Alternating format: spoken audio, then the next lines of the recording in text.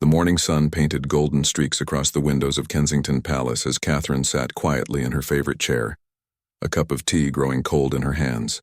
The doctors had been clear about the timeline, though she wished they hadn't been quite so precise. 6 months, they said, maybe 8 if she was lucky.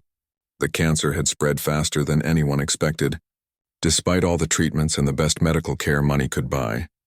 William found her there, lost in thought, watching the gardens where their children played just yesterday. He didn't say anything at first. Words had become harder lately, not because they didn't love each other, but because they both knew what was coming. Instead, he simply sat beside her and took her free hand in his. His thumb traced gentle circles on her palm, the same way he'd done when they were young students at St. Andrews University. Nervous about exams in the future. "The children don't know yet," Catherine whispered, her voice barely audible. "How do we tell them?" George was only 11, Charlotte 9, and little Louis just 6. How do you explain to children that their mother won't be there to see them grow up, to help with homework, to kiss scraped knees, or to dance at their weddings? William's jaw tightened. He'd been asking himself the same question for weeks, ever since the oncologist delivered the news that the treatments weren't working anymore. "We'll figure it out together," he said, though his voice cracked slightly. "We always do." The palace staff had noticed the change in atmosphere. Conversations happened in hushed tones, and there were more private family moments, fewer official engagements. Catherine had insisted on maintaining some normalcy for as long as possible. Just last week, she'd visited a children's hospital, reading stories and playing games, though she tired more easily now. The children there had no idea they were spending time with someone fighting the same battle many of them faced. Later that afternoon, Catherine walked through the palace gardens alone. These grounds had become her sanctuary over the years. She remembered bringing each of her babies here for their first glimpses of sunshine, teaching George to kick a football on the lawn, helping Charlotte plant her first flowers. Every corner held a memory. Every path told a story of the life she'd built with William. Her phone buzzed with messages from her sister Pippa, her parents and friends who were trying to be supportive without being overwhelming. Everyone wanted to help, to do something. But Catherine had learned that sometimes the most helpful thing was simply presence. Not trying to fix anything or offer false hope, just being there. That evening, as she tucked Louis into bed, her youngest son looked up at her with those bright eyes that reminded her so much of William. "Mummy, are you sad?" he asked with the directness only children possess. Catherine smoothed his hair and smiled, though her heart ached. "Sometimes, sweetheart, but I'm also very happy because I get to be your mummy." "Will you always be my mummy?" Louis asked, and Catherine felt her breath catch. "Always," she whispered, kissing his forehead. "Even when you can't see me, I'll always be your mummy." After the children were asleep, William and Catherine sat together in their private sitting room. The fire crackled softly, and outside, London continued its busy life, unaware that inside these walls, a family was preparing for an unthinkable goodbye. "I keep thinking about all the things I want to tell them," Catherine said, curled up beside William on the sofa. "All the advice I want to give, all the moments I'll miss." William pulled her closer, breathing in the familiar scent of her hair. "Then tell them now. Write it down. Record videos. Leave them pieces of yourself they can hold on to." It was then that Catherine realized she had work to do. Not royal duties or charitable obligations, but the most important work of her life. She needed to give her children, her husband, and even herself the gift of preparation. Not just for death, but for the love that would continue long after she was gone. The next morning, Catherine asked for a notebook and began to write. She wrote letters for each child's future birthdays, for their graduations, their first heartbreaks, their wedding days. She wrote to William about how proud she was of the father he'd become and the king he would be. She wrote about the small moments that had made up their life together. The inside jokes, the quiet Sunday mornings, the way he still made her laugh even on the hardest days. As word of Catherine's condition began to spread quietly through royal circles, the family made a decision. This would not be a public farewell filled with cameras and crowds. This would be private, intimate, real. They would spend these remaining months creating memories, not managing media. The palace released a simple statement asking for privacy during this difficult time, and surprisingly, most of the press respected it. Perhaps because everyone understood that some moments are too sacred for public consumption. Perhaps because Catherine had earned that respect through years of graceful service. In the weeks that followed, Kensington Palace became filled with a different kind of activity. Instead of formal dinners and official meetings, there were family game nights and movie marathons. Instead of state visits, there were quiet walks and long conversations. The children sensed the change but seemed to understand instinctively that this time was precious. Catherine continued her letters and recordings, building a treasure trove of love for her family to discover later. She also spent time with William, talking about their children's futures, about the kind of man she hoped George would become, about how Charlotte should never let anyone dim her bright spirit, about keeping Louis's gentle heart safe in a sometimes cruel world. Friends and family began visiting more often, but these weren't goodbye visits. They were hello visits, opportunities to celebrate the life Catherine was still living, to share stories and laughter. Her brother James brought his children for tea, and the cousins played together while the adults watched, memorizing every giggle and smile. As autumn approached, Catherine felt a strange sense of peace beginning to settle over her. She was scared, of course, terrified of leaving her babies, heartbroken at the thought of missing their lives, but she was also grateful for the time she'd been given to prepare, to love intentionally, to say the things that mattered most.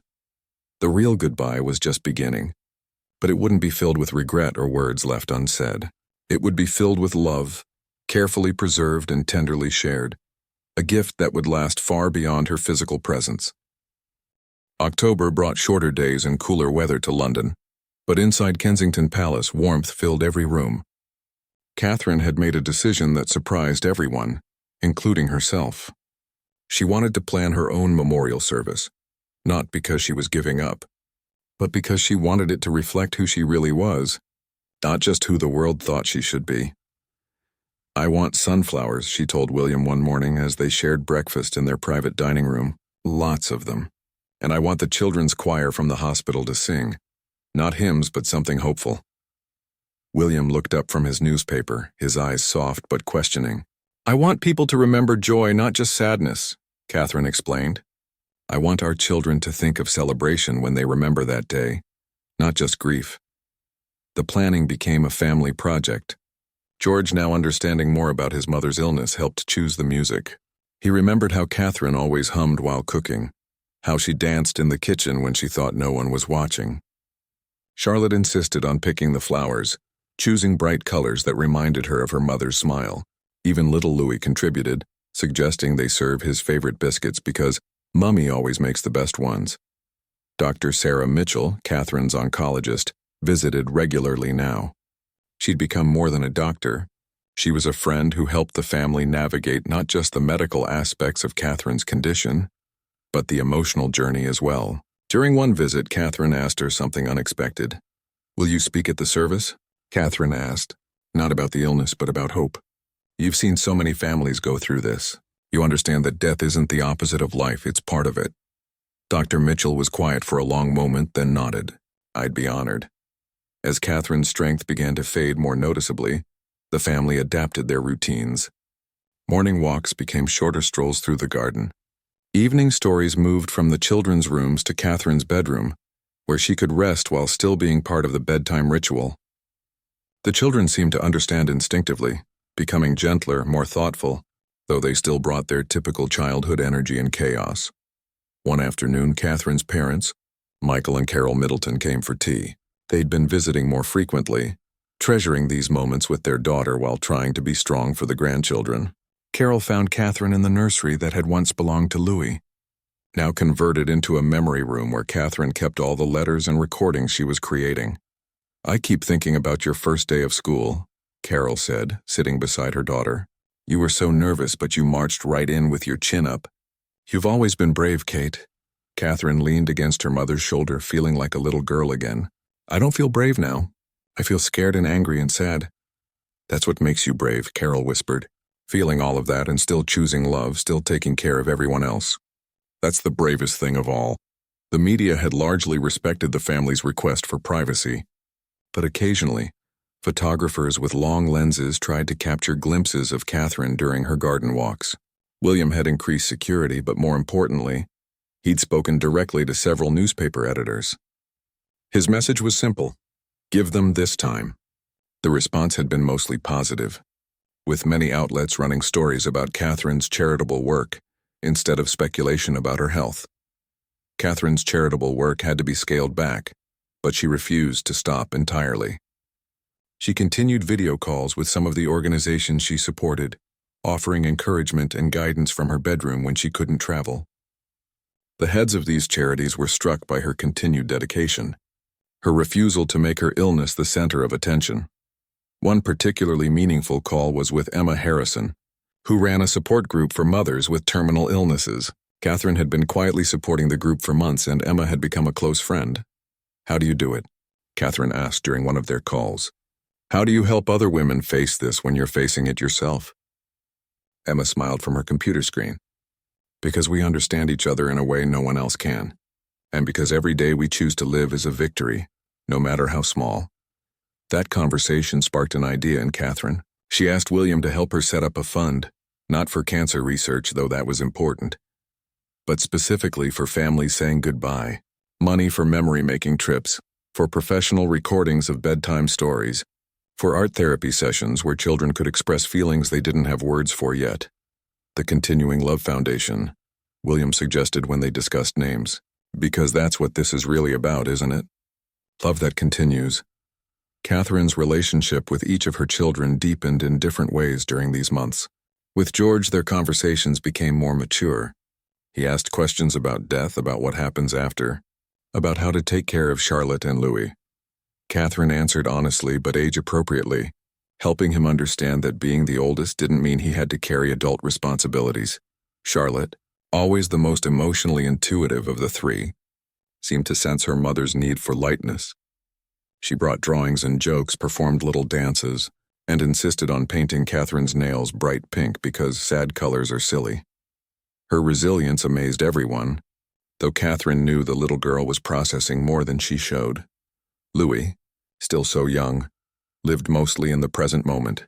He wanted extra cuddles, longer bedtime stories, and for Catherine to watch him play with his toy cars.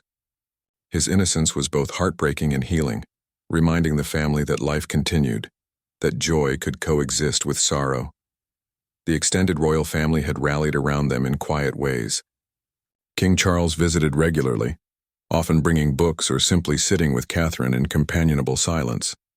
Anne, always practical, helped coordinate the children's schedules and activities. Even Harry called more frequently from America, and Catherine could hear the regret in his voice for the distance between them, physical and emotional. One evening in late October, as autumn leaves danced outside the windows, Catherine finished the last of her major writing projects. She'd completed birthday letters for each child through their 18th birthdays, wedding day messages, and advice for various life milestones. Her hand cramped from writing, but her heart felt lighter. "It's done," she told William, showing him the carefully organized folders. "Everything I want them to know. Everything I wish I could be there to tell them myself." William picked up one of the envelopes marked for George's 16th birthday in Catherine's careful handwriting. "They'll treasure these forever." "I hope so," Catherine said. "I hope they help the children understand that love doesn't end. It just changes form." As November approached, Catherine could feel her energy waning more noticeably. The conversations with doctors became more frequent, more focused on comfort than treatment. But rather than despair, a strange sense of completion began to settle over the family. They were ready as anyone could be for such a profound goodbye. The memorial service planning was finished, the letters were written, the recordings were complete. More importantly, the love had been shared, expressed, and preserved. Catherine looked around her home and saw not what she was leaving behind, but what she was taking with her.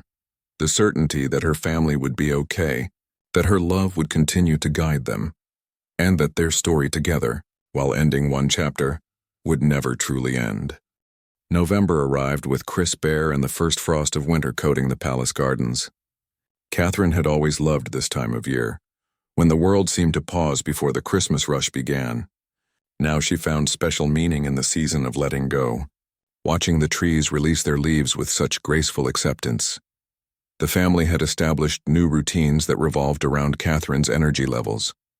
Mornings were usually her best time, so they'd moved their family breakfast to her bedroom, creating a cozy nest of pillows and blankets where all 5 of them could start each day together. The children would pile onto the big bed, sharing their dreams from the night before and their plans for the day ahead. "I dreamed about flying," Louis announced one morning, spreading jam on his toast with the concentration only a 6-year-old could muster. "I was a bird and I could see everyone from way up high." Catherine smoothed his hair, thinking about her own dreams lately, which often featured soaring above the palace grounds, watching over her family from impossible heights. "What kind of bird were you, sweetheart?" "A robin," Louis said without hesitation, "because they're brave and they sing pretty songs." These small conversations had taken on deeper meaning lately. Catherine found herself listening not just to her children's words but to their spirits, trying to understand who they were becoming so she could offer guidance that would serve them long after she was gone. William had been struggling with his own grief while trying to be strong for everyone else. Catherine often found him late at night, standing by the window in their bedroom, looking out at London's twinkling lights. She understood his burden. Soon he would be a single father to 3 children, while carrying the weight of his royal duties. Soon he would have to navigate public grief while protecting his family's private pain. "Talk to me," Catherine said one night, patting the bed beside her. "I can see your worry from here." William sat down heavily, his shoulders sagging with exhaustion. "I keep thinking about practical things," he admitted. "Who will braid Charlotte's hair for school? Who will help George with his anxiety about math tests? Who will remember that Louis still needs his special blanket when he's scared?" Catherine took his hand, noting how much thinner it had become from stress and irregular eating. "You will figure it out. You'll make mistakes, and that's okay. The children need to see you're human, not perfect. And you won't be alone. My parents will help, your family will help, and most importantly, I'll help." "How?" William asked, his voice barely a whisper. "Every time you see Charlotte's stubborn streak, you'll remember my teenage years and know exactly what to do. Every time George overthinks something, you'll hear my voice telling you to help him breathe. Every time Louis needs comfort, you'll remember how I used to sing to him." Catherine squeezed his hand. "I'm not disappearing, William. I'm just changing form." The next day brought an unexpected visitor. Princess Anne arrived unannounced, carrying a large box and wearing her typical no-nonsense expression. She'd always been Catherine's favorite of William's relatives, direct and honest without being cruel. "I brought something," Anne said, setting the box on Catherine's dresser. "Mother's jewelry that she wanted you to have. I thought now might be the right time." Inside were pieces Catherine had admired but never expected to own. Delicate pearl earrings, a sapphire bracelet, and a simple gold locket that had belonged to Queen Elizabeth II's grandmother. But at the bottom of the box was something even more precious, a handwritten note from the late Queen. For Catherine, it read in the familiar handwriting, "Who brought such joy to our family and who will leave such love behind. Wear these and remember that duty and love are not opposites, they are partners." Catherine's eyes filled with tears. Even in death, the Queen was still guiding her family, still offering wisdom and comfort. She put on the pearl earrings immediately, feeling connected to the generations of royal women who had faced their own challenges with grace. That afternoon, Catherine's energy was particularly good, so the family decided to take a walk through Hyde Park. It was risky from a security standpoint, but William had arranged for discreet protection that would allow them to feel almost normal for an hour. The children ran ahead, collecting fallen leaves and feeding ducks at the Serpentine. Other families in the park recognized them, but, perhaps sensing the precious nature of the moment, kept their distance. A few people nodded respectfully or offered quiet waves, but no one intruded. "This is perfect," Catherine said, watching Charlotte and Louis race back to show her a particularly beautiful yellow leaf they'd found. "This is how I want to remember everything." George, walking more sedately beside his parents, had been quieter lately. At 11, he was old enough to understand the gravity of the situation, but too young to fully process it. Catherine had been worried about him, this serious boy who sometimes seemed to carry the weight of the world on his small shoulders. "Mom," George said suddenly, "will people expect me to be different now, after, you know?" Catherine stopped walking and knelt down to his level despite the effort it required. "What do you mean, love? Will they expect me to be sadder, or braver, or more grown up?" His blue eyes, so like William's, were filled with confusion and worry. "Oh, George," Catherine said, pulling him close. "People might expect things, but that doesn't mean you have to be anything other than yourself. You're allowed to be sad. You're allowed to be happy. You're allowed to be a regular boy who misses his mom. Don't let anyone else decide how you should feel or who you should be." That evening, the family gathered in the sitting room for what had become their nightly tradition, each person sharing one good thing from their day. It was Charlotte's idea originally, but it had become something they all looked forward to. "My good thing was the yellow leaf," Charlotte announced, producing the treasure from her pocket. "It's the exact color of sunshine." "My good thing was the duck," said Louis. "They knew I had bread even before I showed them." "My good thing was walking with all of you," George said, glancing at his mother, and Mom looking happy. William's voice caught slightly as he said, "My good thing was seeing your mom smile so much today." Catherine looked around at her family, these 4 people who had made her life so rich, so meaningful.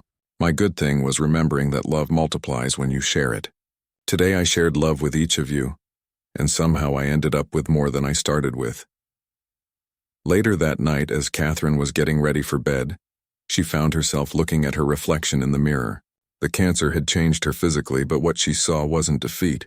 She saw a woman who had lived fully, loved deeply, and who was leaving behind something beautiful. She thought about the foundation she and William were establishing, about the letters waiting to be opened on future birthdays, about the recordings of bedtime stories that would comfort her children on nights when they missed her most. She thought about William's strength, about her children's resilience, about the love that would continue to connect them all. Tomorrow would bring new challenges, more difficult conversations, and probably more tears. But tonight, Catherine felt something unexpected: gratitude. Gratitude for the time she'd been given, for the love she'd experienced, and for the opportunity to say goodbye with intention and grace. She put on the pearl earrings from Queen Elizabeth's collection and smiled at her reflection. She was ready for whatever came next, knowing that the most important work of her life was already complete.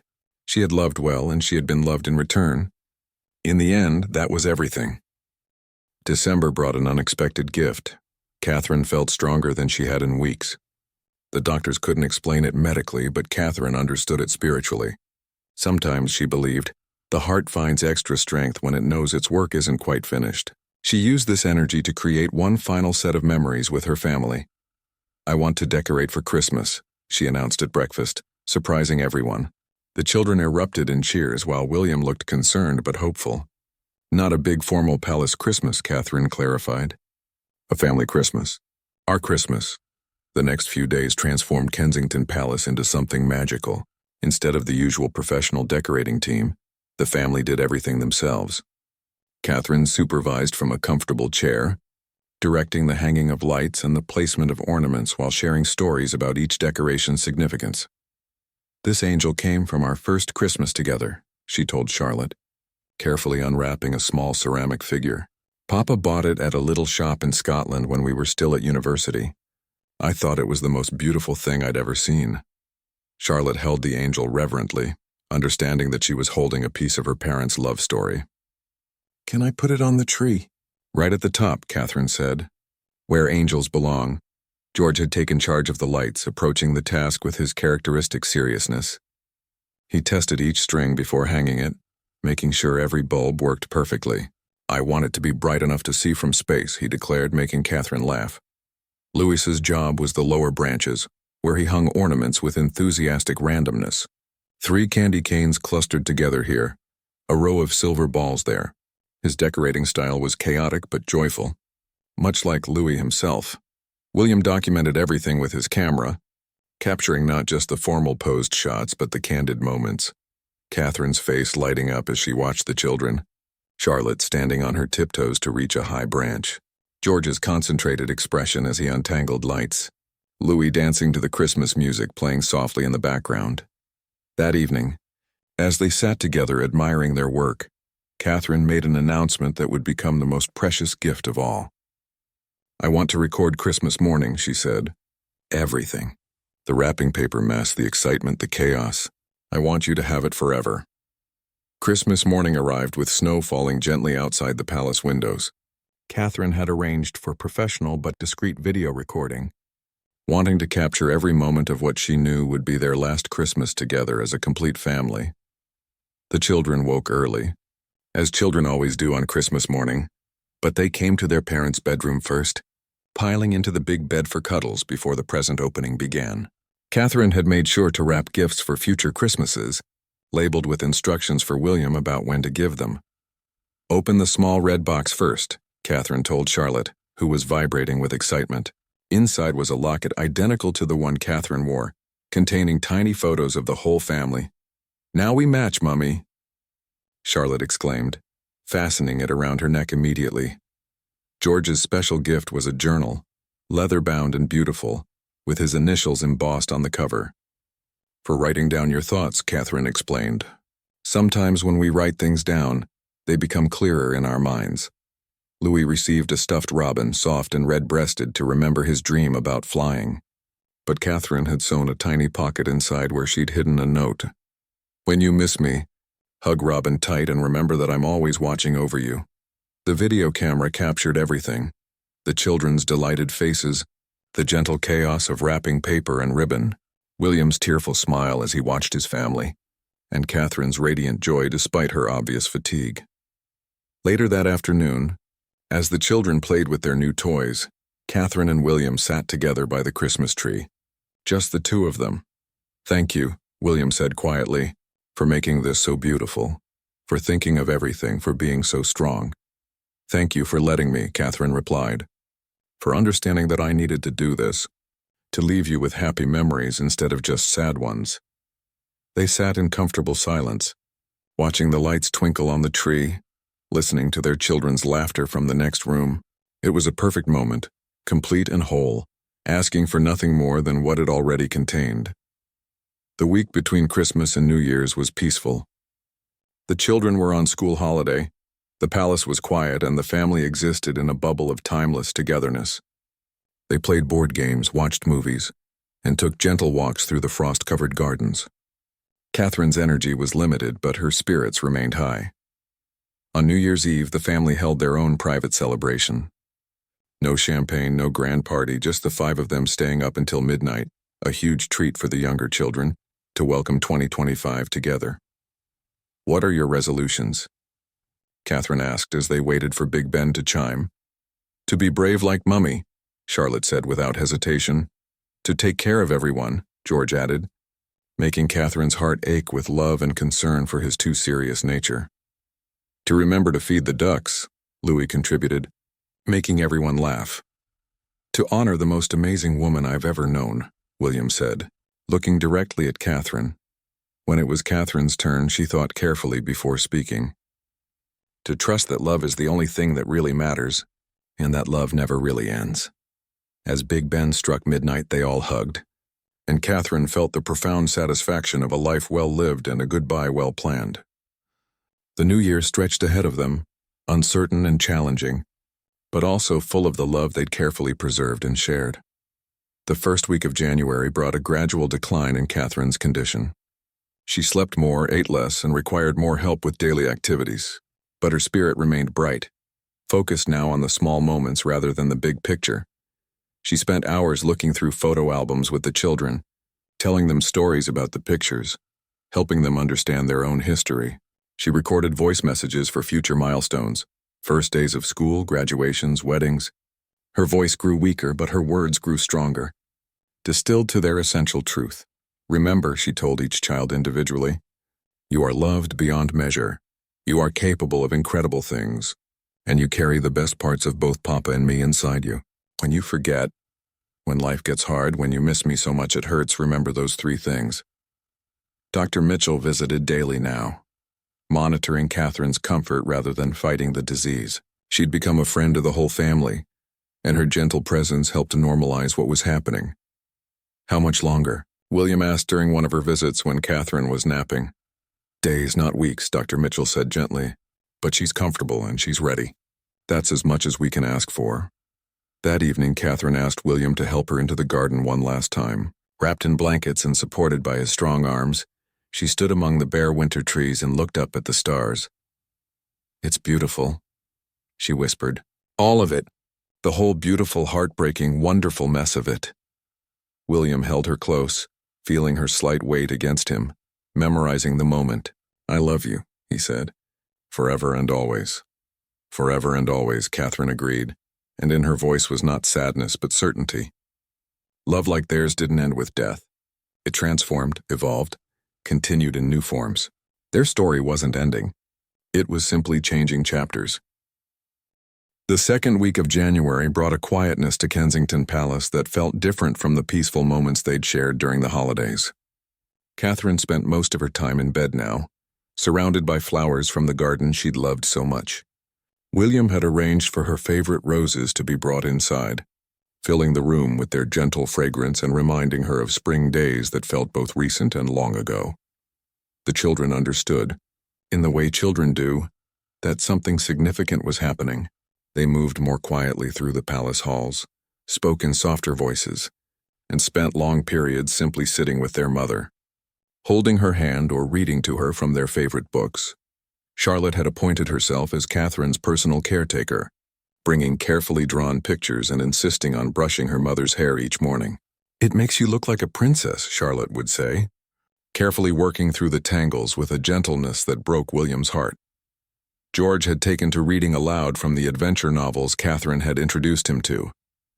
His voice, deeper now than it had been just months before, would fill the room with tales of brave knights and magical kingdoms. Catherine would listen with her eyes closed, smiling at his dramatic interpretation of dialogue and his careful pronunciation of difficult words. Louis simply wanted to be close. He would curl up beside Catherine on the big bed, showing her his toy cars and making quiet engine noises. Sometimes he would fall asleep there, his small hand tangled in hers, and William would find them both peaceful in the afternoon light streaming through the windows. I need to tell them, Catherine said to William one morning when the children were at school. Her voice was weaker now, but her determination remained strong. They need to hear it from me while I still can. That afternoon they gathered the children in Catherine's bedroom. The winter sun cast gentle shadows across the room, and the scent of roses seemed to hold them all in a soft embrace. My darlings, Catherine began, her voice soft but clear. You know that Mummy has been very sick. The doctors have told us that the medicine isn't helping anymore, and that means Mummy's body is getting ready to say goodbye. Charlotte's lower lip trembled, but she didn't cry. George sat very straight, his young face serious and attentive. Louis moved closer to Catherine, not fully understanding but sensing the gravity of the moment. When will you say goodbye? George asked, his voice steady despite the tears beginning to form in his eyes. Soon, sweetheart. Maybe in a few days. Catherine reached for each of their hands. But I want you to know that saying goodbye to my body doesn't mean saying goodbye to my love for you. That will never, ever go away. Where will you go? Louis asked, his 6-year-old mind struggling with concepts too big for anyone to fully understand. Catherine had thought about this question for months, had read books and consulted with clergy and counselors about how to answer it honestly, while providing comfort. I don't know exactly, she said, but I believe I'll go somewhere beautiful, somewhere I can still watch over you and send you love. Like the robin in my dream? Louis asked, remembering his flying dream from months earlier. Yes, Catherine smiled. Exactly like that. Charlotte finally spoke, her voice small but brave. Will it hurt? No, my love, Dr. Mitchell will make sure I'm comfortable. It will be very peaceful, like falling asleep when you're very, very tired. The conversation continued for nearly an hour, with Catherine answering their questions as honestly as she could, while reassuring them about their future. She told them about William's strength, about their grandparents' love, about the family and friends who would help take care of them. She reminded them of the letters she'd written, the recordings she'd made, the way she'd found to stay connected to them. Most importantly, she gave them permission to be happy, to laugh, to live full lives without feeling guilty about joy. The best way to honor Mummy, she said, is to be exactly who you are and to love each other the way we've loved you. Over the next few days, a steady stream of quiet visitors came to pay their respects. Catherine's parents arrived from Berkshire and didn't leave, taking up residence in guest rooms and helping with the children's routines. Pippa came with her own children, creating a house full of cousin energy that lifted everyone's spirits despite the circumstances. King Charles visited daily, sometimes bringing books to read aloud, sometimes just sitting quietly holding Catherine's hand. His grief was evident but controlled, his royal training serving him well in these most personal moments. He brought stories of his own mother's final days, sharing how the Queen had faced her death with dignity and peace. Princess Anne continued her practical support, coordinating with palace staff to ensure the children's needs were met while giving the family privacy. She had taken over many of Catherine's royal obligations, handling them with efficiency and respect for Catherine's vision. Friends from Catherine's pre-royal life made the journey to London.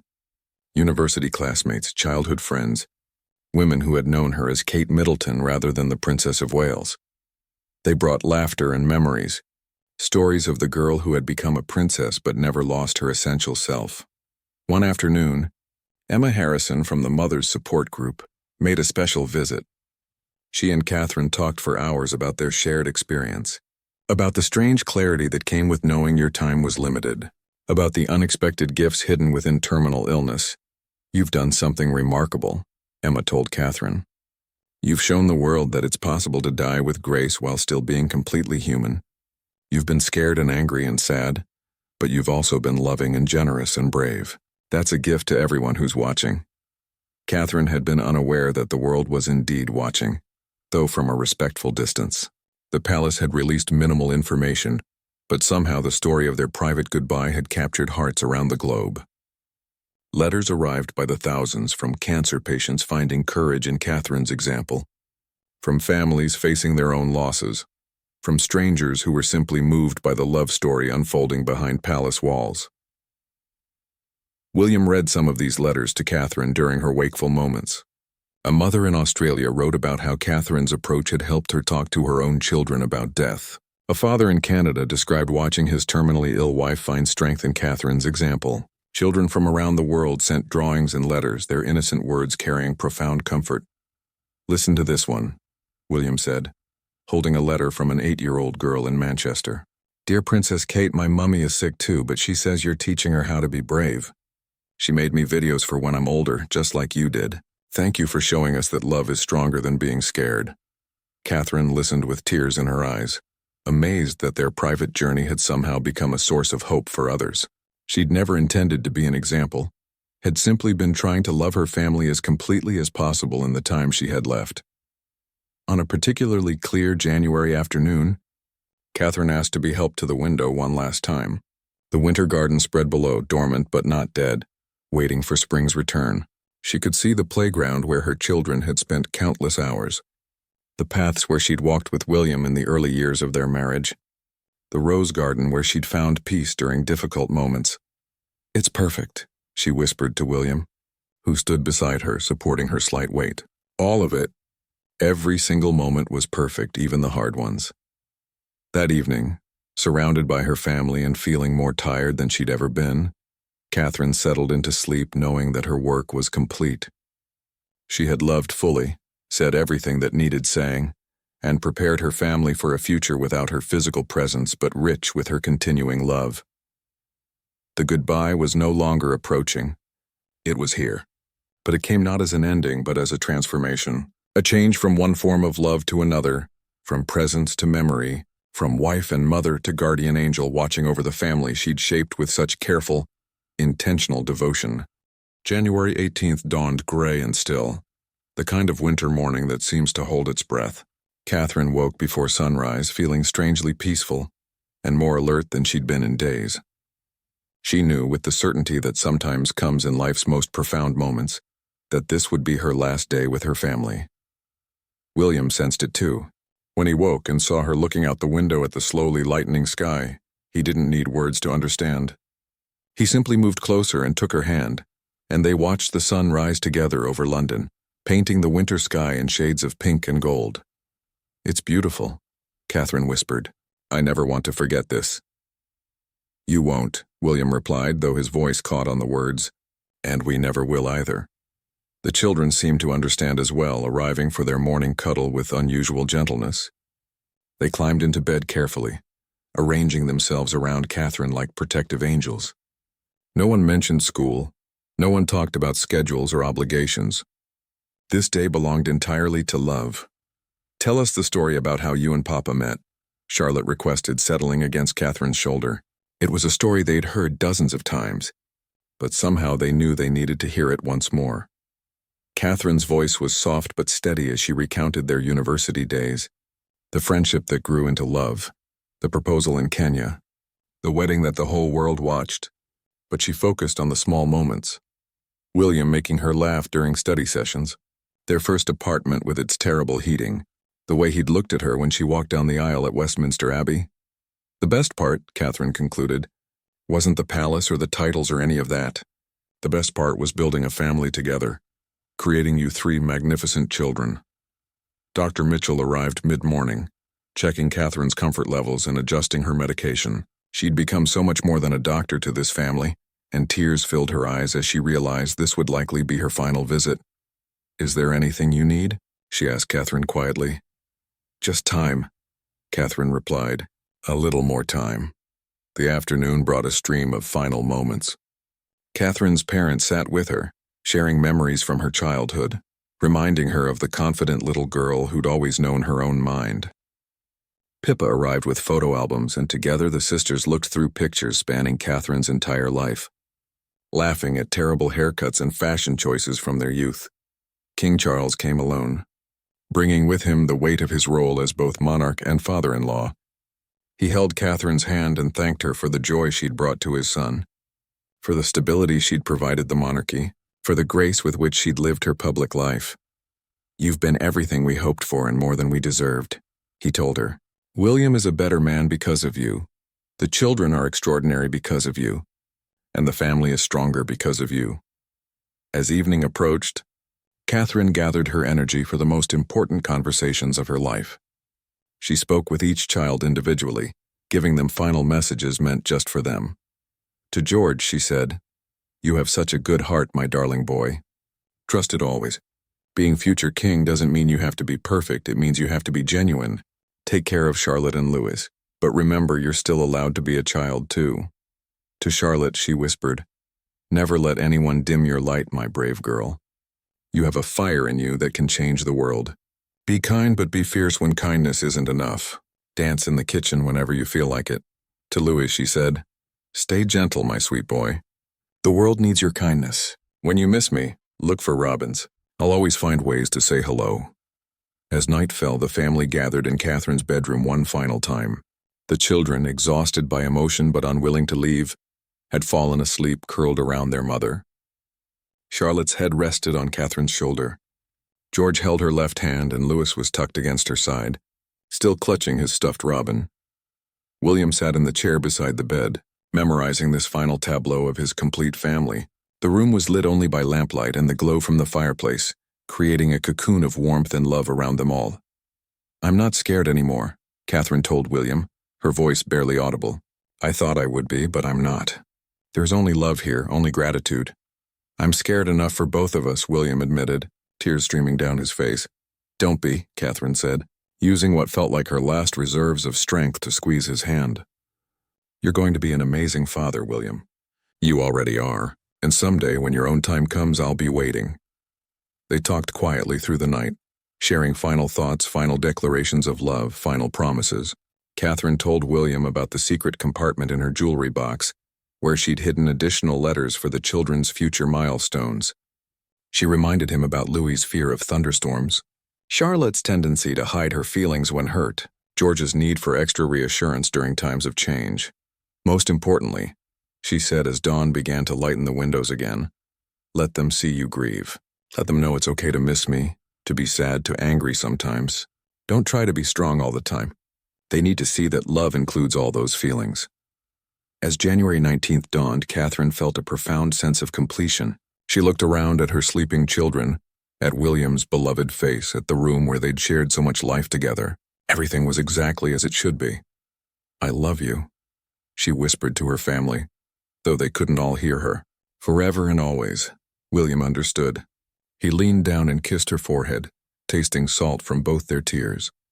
"Forever and always," he echoed. Catherine closed her eyes and let herself drift, surrounded by love, held safe by the family she'd nurtured so carefully. Her breathing grew softer, more peaceful, until it was barely perceptible. At 6:17 a.m., as the winter sun painted golden streaks across the palace walls, Catherine, Princess of Wales, wife, mother, and beloved woman, drew her final breath. She slipped away as gently as she'd lived, leaving behind not an ending, but a legacy of love so profound it would continue to nurture her family for generations to come. The children woke to find their father holding them all, tears on his cheeks but peace in his eyes. They understood immediately, and in their grief was also a strange sense of gratitude. They had been given the gift of a conscious goodbye, of final words and final embraces, of love expressed completely before it was too late. Outside, London continued its daily life, unaware that in one palace room, a love story had reached its earthly conclusion, but was only beginning its eternal chapter.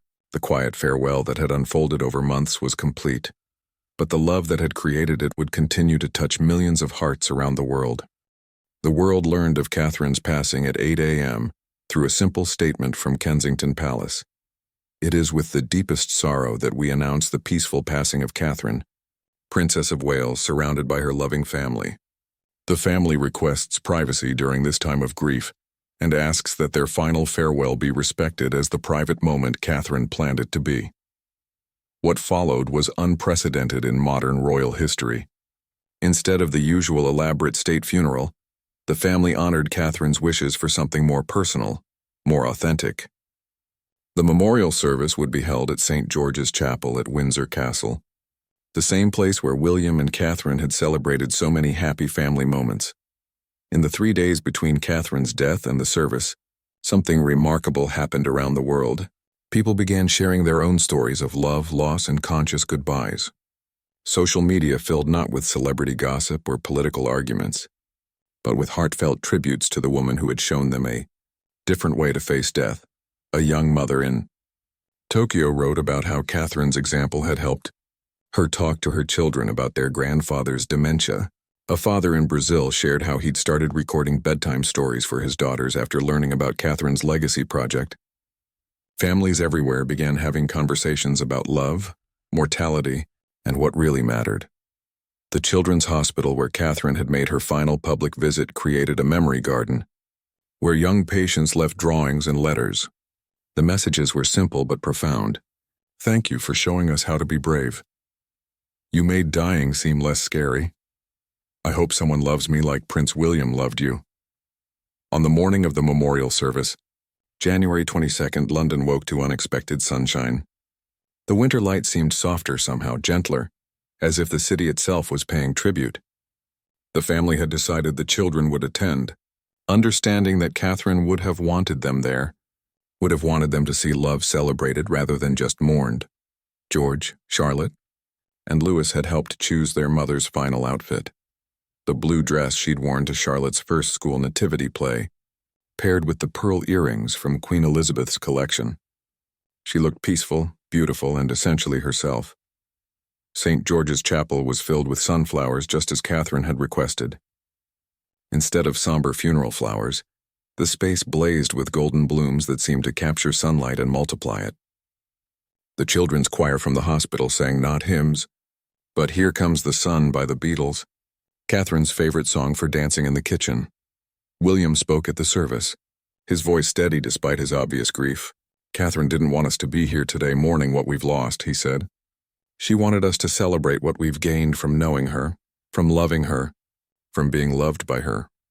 He talked about Catherine's final months, about the grace with which she'd prepared for goodbye, about the letters and recordings that would continue to guide their family.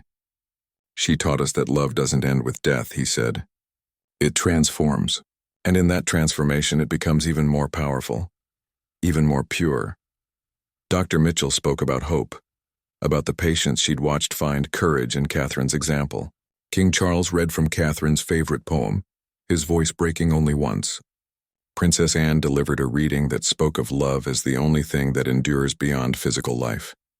But the most powerful moment came when Charlotte, with her 9-year-old courage, asked to say something. Standing at the podium, barely tall enough to reach the microphone, she spoke in a clear, strong voice.